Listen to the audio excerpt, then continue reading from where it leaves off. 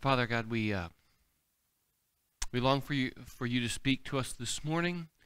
For that end, we ask that you would come and talk, and that there would be nothing that gets in the way of people hearing your voice,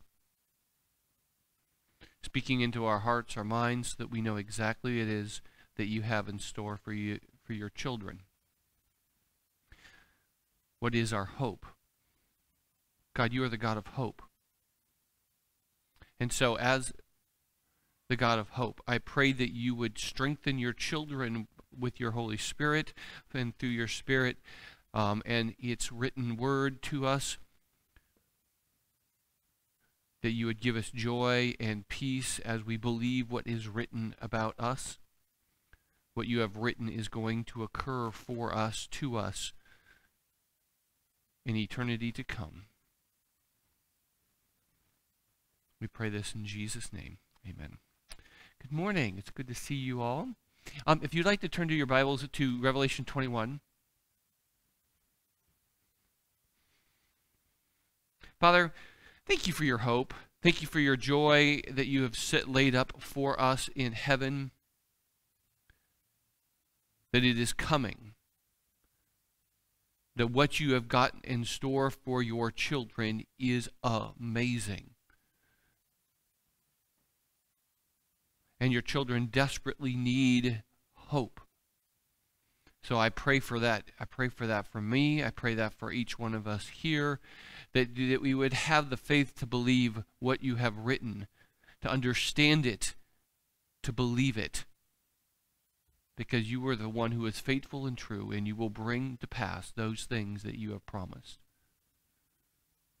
We thank you in Jesus' name. Amen. Are you a Christian? If you are, then you have hope. The hope that your future is really, really good. I know we struggle with fears in this life. I know that you struggle with anxieties. You wonder sometimes, is it all going to turn out okay? I know. I've been there. I am there. But your future has been written. It is written down long, long ago, and God will bring it to pass. Your story is the Bible. That is your story. You are in it. All human beings are in the Bible. And one day, the ending of that story will occur. The ending of the story is here in Revelation 21. Fittingly, it's the end of the Bible. It is the end of the book. And the story of the Bible is, as you could call it, a U-shaped story, meaning that it begins in one place, and it ends right back where it was. It kind of goes one place away from how it was originally, how humanity and the world was originally supposed to be, and it ends right back to where it was, only better. There's many parallels, as we're going to see as we go through these chapters here in 21, 22. There are many parallels between Genesis and chapter 20, 21, 22. I'm not going to point them all out today, but as you go through, you'll see some of them, and I'll point out a few of them today. But the point of it is that the main plot line of the Bible is that at the start of it all, everything was perfect and good, and we were in perfect relationship with each other, perfect relationship with God. There was nothing bad, both in us or in creation. And of course, that all literally went to hell in a handbasket. It just fell apart. And this rest of the story is of God rescuing us, restoring humanity back to that perfect place again, only at the end of the story things are far better than they even were at the beginning. We fall and death enters into existence, pain and sorrow and suffering, and humanity dies, but God brings his Son who rescues us, the one who can truly save us. And through his death and resurrection on the cross, that new creation is beginning. And at one point, finally, when Jesus returns, as we see here in 21, the full expression of your salvation will be. This is your future here in 21. And it is to be transformed along with all of creation. Removed, having evil and all of its effects removed from us.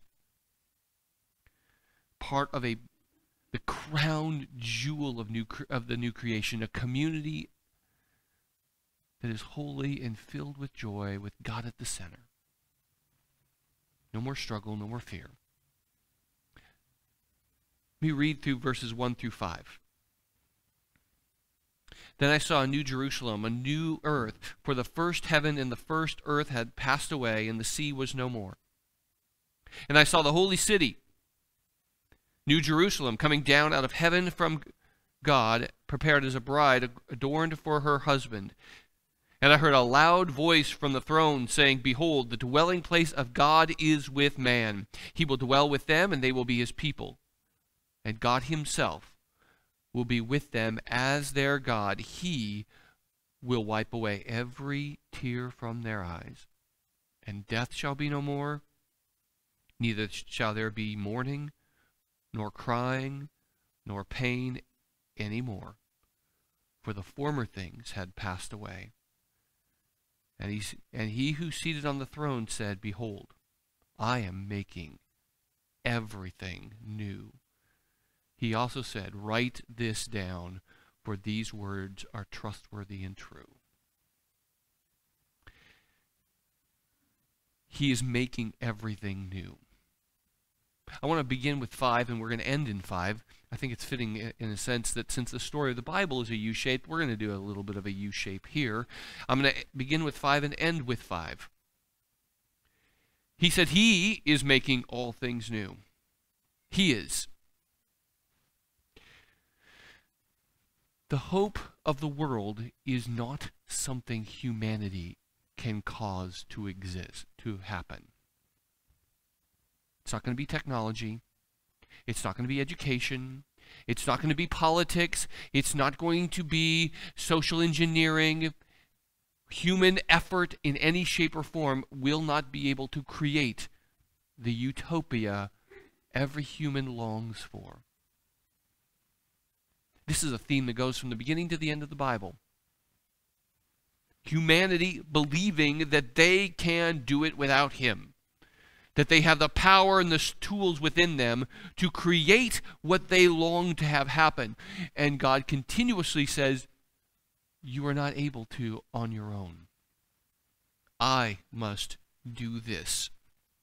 Verse 1 talks about new heaven and earth being done, and verse 2 talks about the holy city coming down. There's this image from the beginning and the end, even in this this part right here, that God will do this. The Old Testament reference here from 21 through verse 1 through 4 is Isaiah 65, 17 through 19. I'm going to read that. And notice here, even the very beginning of verse 17, it talks about how he will do this. The emphasis in this passage, which as we look through it will be very obvious that he's referring to this. But notice right there, behold, I will create new heavens and a new earth. God is going to do something. God is going to create this. The former things shall not be remembered or come to mind. But be glad and rejoice forever in what I will create. For behold, I will create Jerusalem to be a joy and her people to be a gladness. I will rejoice in Jerusalem and be glad in my people. No more shall there be heard in it the sound of weeping and the cry of distress. God is going to do this. And that is extraordinarily good news for you. That your future depends on him. We have to choose to be a part of it, of course. But it is he who will make it happen. Do you really, really want your future to depend on you? No. I'd rather trust the God who can create worlds by breathing out the stars, as the Psalms say.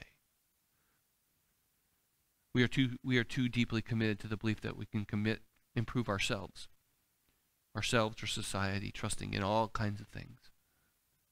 And the first thing we need to hear here is that it is written, and it is written because God will do it. He says here, behold, I am making things new. Write these things down, for these are trustworthy and true. They are written. It's written down, guys. Your hope is sure. We're going to look at that again more next week, but so far just this piece here I want you to see is that God is going to do this. But what is he making new? I am making all things new. What is new? Well, as we look, that is referring to what he's talking about here in verses 1 through 4. So let's begin looking at that. He is saying, first of all, that there's going to be a new heavens and a new earth. Verse 1, I saw a new heaven and a new earth, for the first heaven and the first earth had passed away.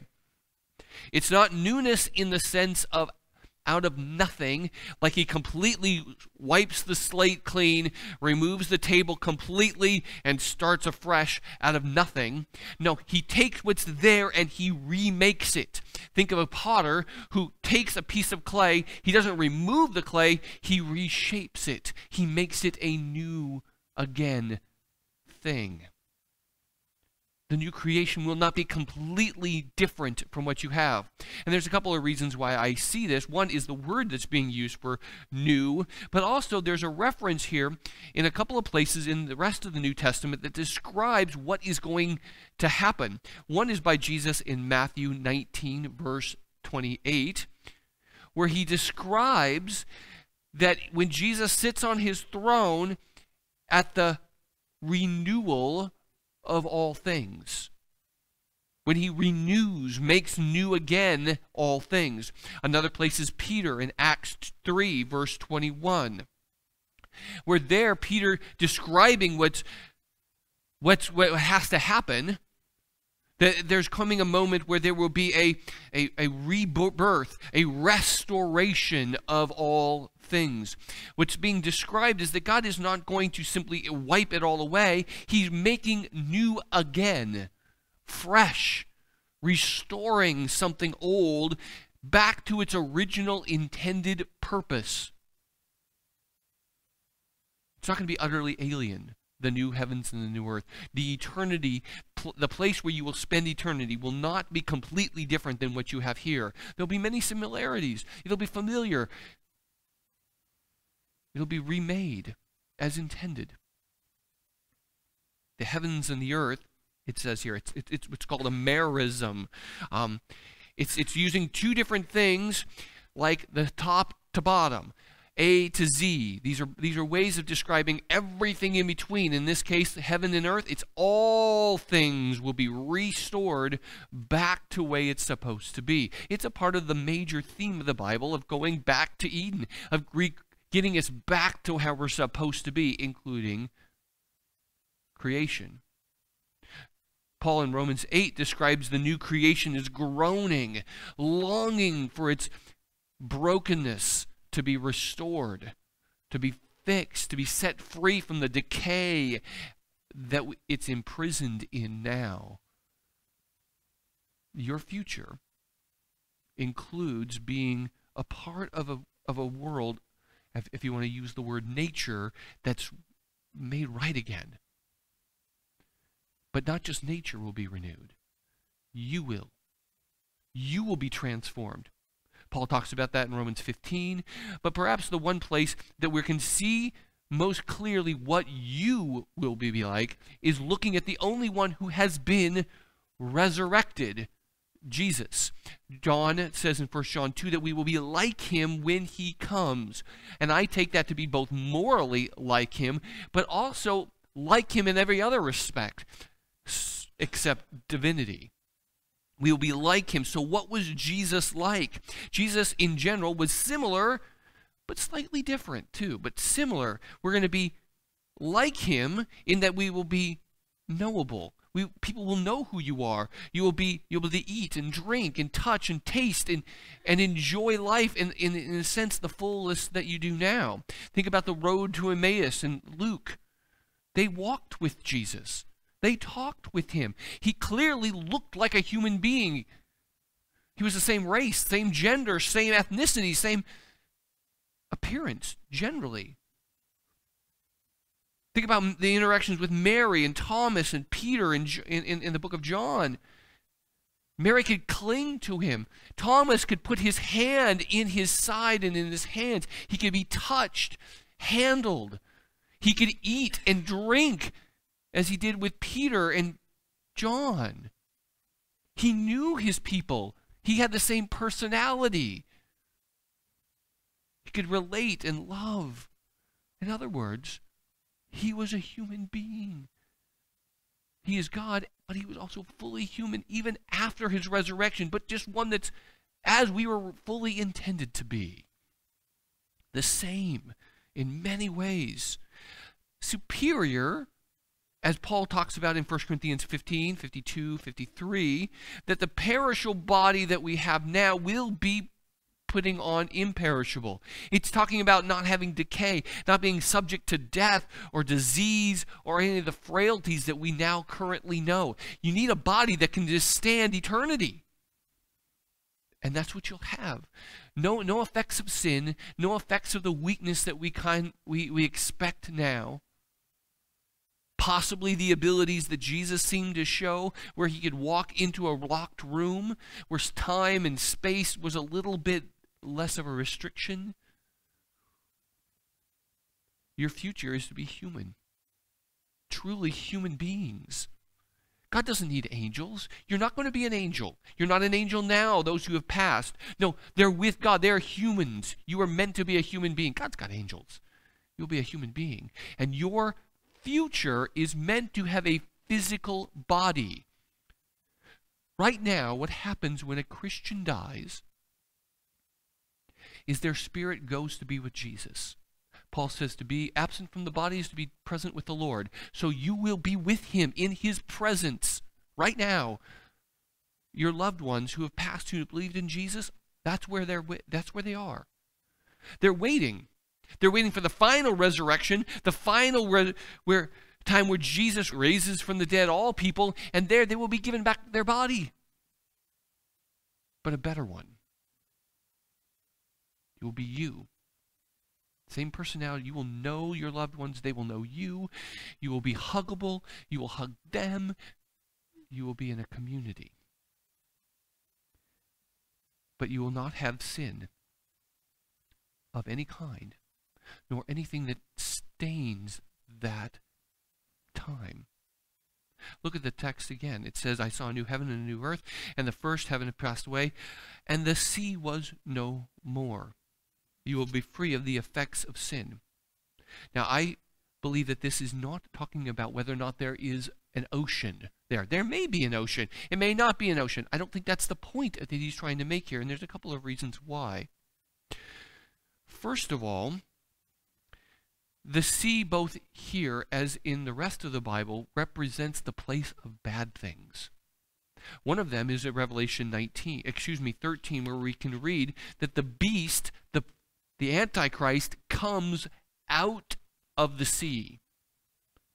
It is the characteristic of wicked people, Isaiah 57, where they're described as being like the sea who turns up muck and mire. And when you think about the culture of the time back there in first century Judaism in the Palestinian area, the sea was the place where sea monsters were. In the Bible, Leviathan lives in the sea, a name for Satan in the Old Testament. It's the place where bad people would come to attack you. Storms would come there. Darkness is there. The sea is a place where bad stuff is. And here, that imagery is brought in to where it's the place where nothing is good is coming. And it's the first of 7 no longers. The first one is there in verse 1. There's more in verse 4, where he says that death shall be no more, that there shall be no more crying, no more mourning, no more pain. Then you pop down to verse 3 of chapter 22, where it says that there will be nothing accursed, no more curse will remain. Get one of those hints that goes back to Genesis 3. And then in verse 5 of chapter 5, there's no light.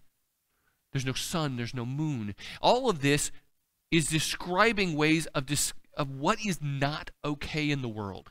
There's no curse, there's no death, there's no darkness.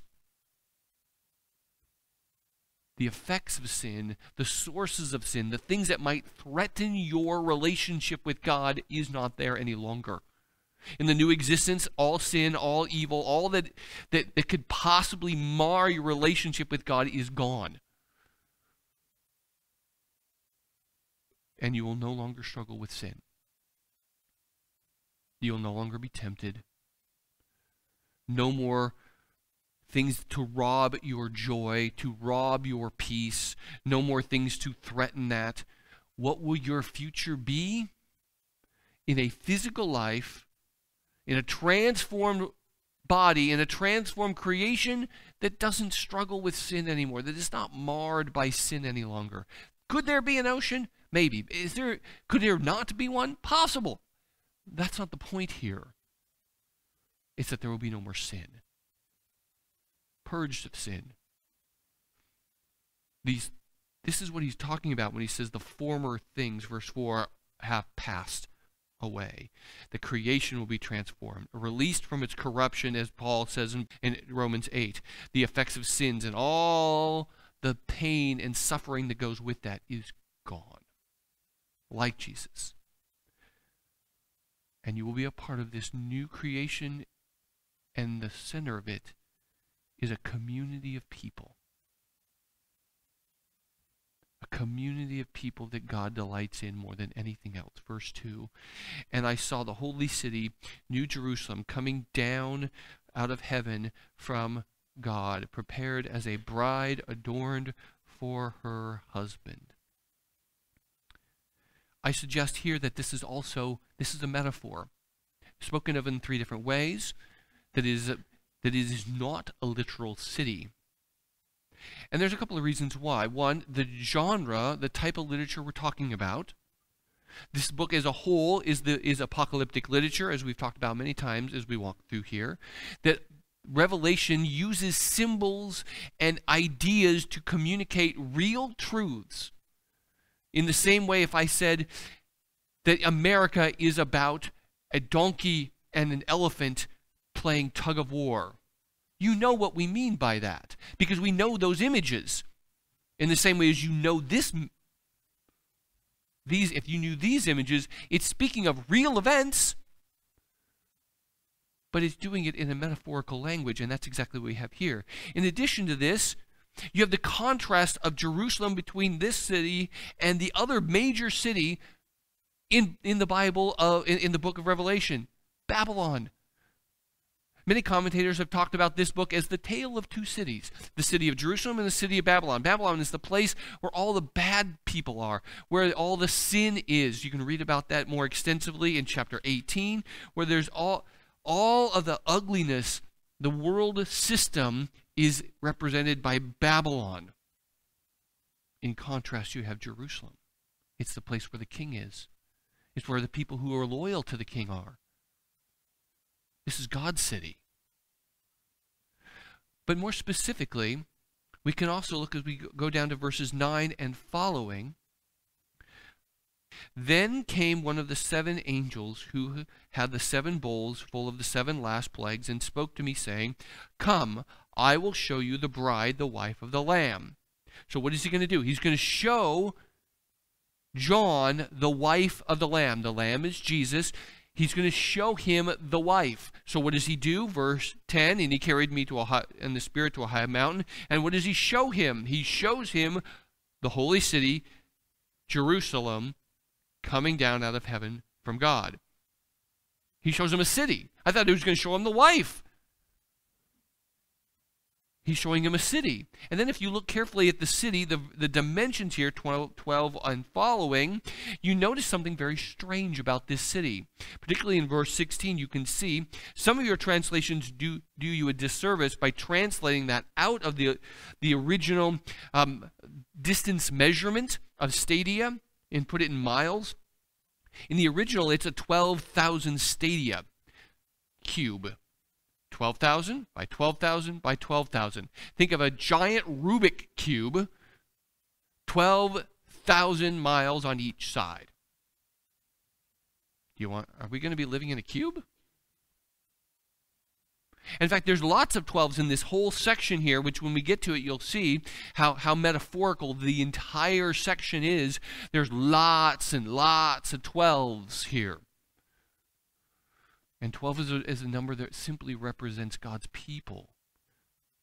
If we do not see that, and this city is the wife of the Lamb, the bride of the Lamb. Who's the bride of the Lamb? The Lamb is Jesus. Who's the bride? Well, Paul talks about the bride of the Lamb as the church in several places. One of them is 1 Corinthians 11:2, where he talks about how he's presenting the church at Corinth as a pure virgin to Jesus. Another one is in Ephesians 5, verse 25 through 27.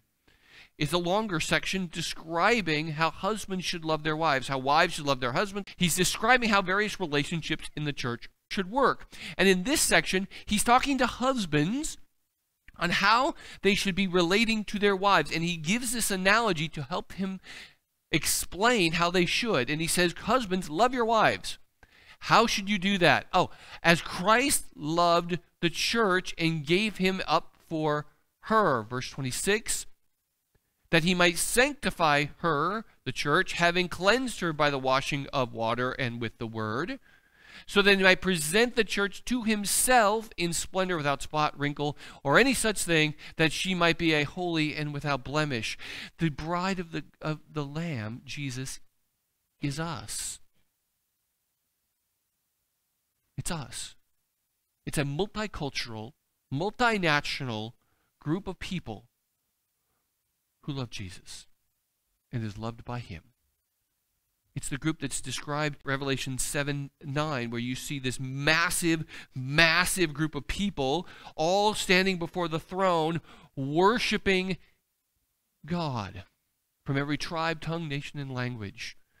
Jews, Gentiles, Asians, Russians, Ethiopians, Canadians, all of us who love Jesus. It's a people. And when we begin to see that what he's talking about here in verses 21 and following is about a people, it all makes a lot more sense. That he's talking about a people using three different metaphors. A holy city, the place where the king dwells. He dwells there. A new Jerusalem, a place that's designed and loyal to him. And a place of intimacy, the bride. The first thing God shows you that he loves more than anything else in all of the new creation is his people. You are his pride, his joy, his delight. And when you think about that, is that not obvious? In going back into Genesis, what was God most interested in? People. He wants to be with his people. A perfected creation, a perfected people in perfect relationship with each other and with God. Future is profoundly social. Profoundly social, which is a challenge for us introverts. But I have the hope that as an introvert, he's going to make it so I will enjoy it still. But we are meant to be together. His people is what he's always been about. And I know today the church is beat up and it's ugly and it's mean and it struggles and it's hurt a lot of people and it's not at all what God wanted it to be. But he will one day present it perfectly as holy and unblemished. And here it is in all of her perfect glory. And if you are a believer in Jesus Christ, you are part of his family, his body, his bride. That's who you are. And with God at the very center of it, verse 3. Consider the flow. He's talking about this people, and And he says, I heard a loud voice from the throne saying, behold, the dwelling place of God is with man. He will dwell with them. They will be his people, and God himself will be with them as their God. Now, a couple of things to note there is, notice the repetition, with them, with them. He says it 3 times. And notice also that he's talking about a people here. It argues that the beginning here, verse 2, is talking about a people. This whole thing is about what is God's people going to be like. And it's a loud voice from the throne. God does not talk many times in the Revelation, but whenever he does, it's very significant. This is God speaking. He's the one who is on the throne. This theme, verse 3, is the core, potentially the core theme of the entire Bible. I could spend an entire sermon just talking about verse 3. It is that big. We're going to talk about it more when I get down to verses 6. I'm going to put those two together at that point there. But just understand that what's going on here is it's all about God being with us. We think of the Bible as about God dealing with sin, and yes, it is dealing with God dealing with sin, but God has a problem with sin in part because it breaks our relationship with him. Because he wants to be with us. And in here, he finally gets what he wants. Humanity in its full expression with him. There are many images throughout all of this book, and particularly in this last couple of chapters, about the temple. There's temple language all over the place. We're going to see that when we get to the dimensions of the New Jerusalem and a variety of other things.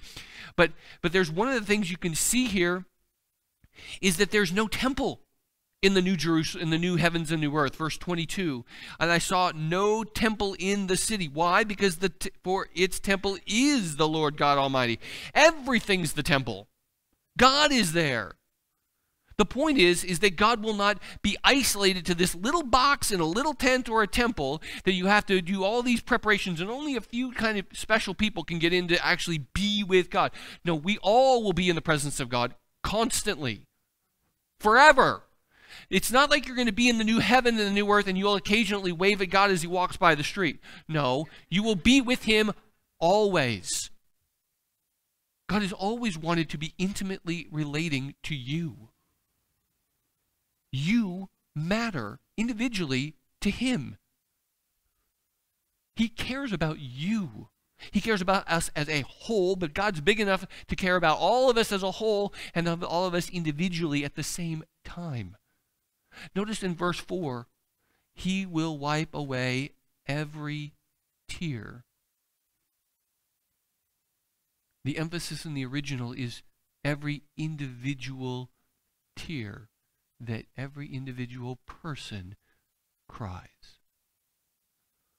There's an intimacy here. There's a connectedness here, both with each other and with him. Now, very briefly, we'll talk about it more later, but you will not simply be like in a church service your entire life. That's not the point, your entire eternity. You will have work to do. God likes to work with his people, to do things with him, but you will do it with him as you do these things. Some of my fondest memories of my dad is working with him. Maybe some of you have the same images with your mom or your dad, where maybe you were cooking in the kitchen or you were doing something together. There's this sense of connection when you do work together. Your eternity will involve doing stuff, but you will do it with each other and with him at the center of it all.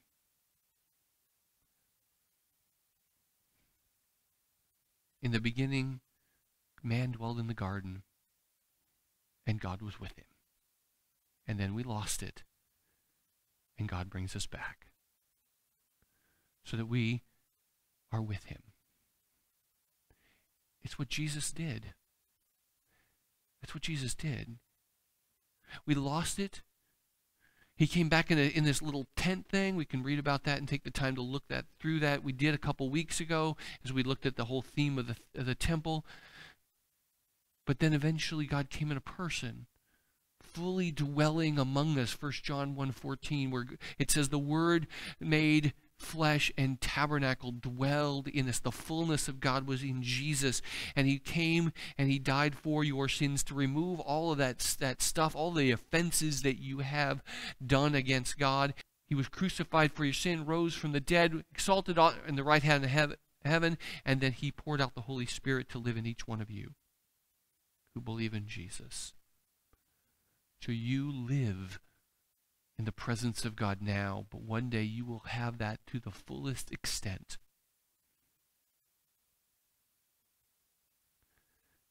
And in that moment, you will have such joy. Look at verse 4. He will wipe every tear from their eyes, and death shall be no more. Neither shall there be mourning, nor crying, nor pain any more, for all the former things have passed away. I know life is hard. Today is the day of pain and frustration and death. And we get very worked up about these things. And I think we get worked up, because we know it ought not to be this way. Relationships should not end. There should not be strain and stress on them. There shouldn't be anxiety and fear. There shouldn't be all this brokenness around us. And we kind of somehow deeply understand that it's just not right. And so we get all upset about it.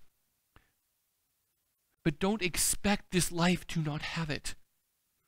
You are a sinful person married to a sinful person. You have sinful children. And they all will screw up. They will let you down. Don't expect anything else. Life is pain. Yeah, it is. Until that moment. And then no more again. Ever again. In that moment, what seems like normal will be ending forever. If there is no more mourning, what is there? If there's not mourning, there's celebration. If there's no more crying, what is left? Laughing. If there's no more pain, what's left? Delight. See, this is what God is promising you. Go back to that Isaiah 65 one. I said that's a reference to this entire passage. Isaiah 65, behold, I'm creating a new heavens and a new earth. Okay, yep, we just talked about that. And the former things shall not be remembered or come to mind. Okay, so instead of that, what will happen? But be glad, rejoice forever in what I will create. For behold, I create Jerusalem. Oh, we were talking about Jerusalem, right? To be a joy, her people. To be a gladness. What God has in mind here is his people. There will be no more crying, no more distress. There will be joy. Isaiah 35 describes what it's going to be like in that day. And the ransom of the Lord shall return and come into Zion with singing. Everlasting joy shall be upon their heads, and they shall obtain gladness and joy, and sorrow and sighing shall flee away. And what would it be anything else other than that if you were in God's presence? The source of goodness itself, showering you continuously his goodness over and over, because there's nothing to stop it. No sin to mar it, no brokenness at all. It's nothing but God pouring out blessing upon blessing upon blessing on you. Why would you not be happy in that moment? We will. In his presence, says Psalm 16:11, is joy everlasting and pleasures evermore. You make known to me the paths of life. In your presence, which we will be there forever, is fullness of joy. At your right hand are pleasures evermore. And not sinful pleasures like being able to eat all the chocolate you want. No, in that moment when you have a completely renewed, restored body and heart and mind, you will delight in the things you should delight in. In him ultimately. We're going to talk about that next week as we look at the source of life. But the point is it will be better than you can imagine. In a transformed body, in a transformed world, with no sin, with God and with each other. And we're just getting started on your hope. This is your future, my dear people. Verse 5, it is written. God wanted you to know it is written down. He is on the record saying that he will do this for you. This is your future. It does not end in tragedy. It does not end in grief. It does not end in darkness. I remember when my boys were little and they were struggling with dark and scary movies, I would tell them, if the story ends and it seems like bad things win, the story's not over. Even if the movie ends, your story never ends in darkness, ever. Because the good God who loved you enough to die for you on the cross says this is how the story ends for you. Hold on to that. Hold on to that. That your future is written. And it is good. Do you need to remember this? I hope so. I hope you do remember it. Because dark will come. Grief will come. But these former things are passing. Let's pray. Jesus, we are so grateful for just how incredible of a future you have laid in store for us. We cannot conceive, nor has anyone ever conceived or thought of just how amazing our future will be. And you did it through your Son. That's what made it all possible. That we cannot create it, we cannot earn it. But you have made us the recipients of such mercy and such kindness, to which we say thank you. I pray that you would lift up the heads of each of us here. That we would see into the future where we're going. That we might endure the valley of the shadow of death we walk in today. In Jesus' name, amen.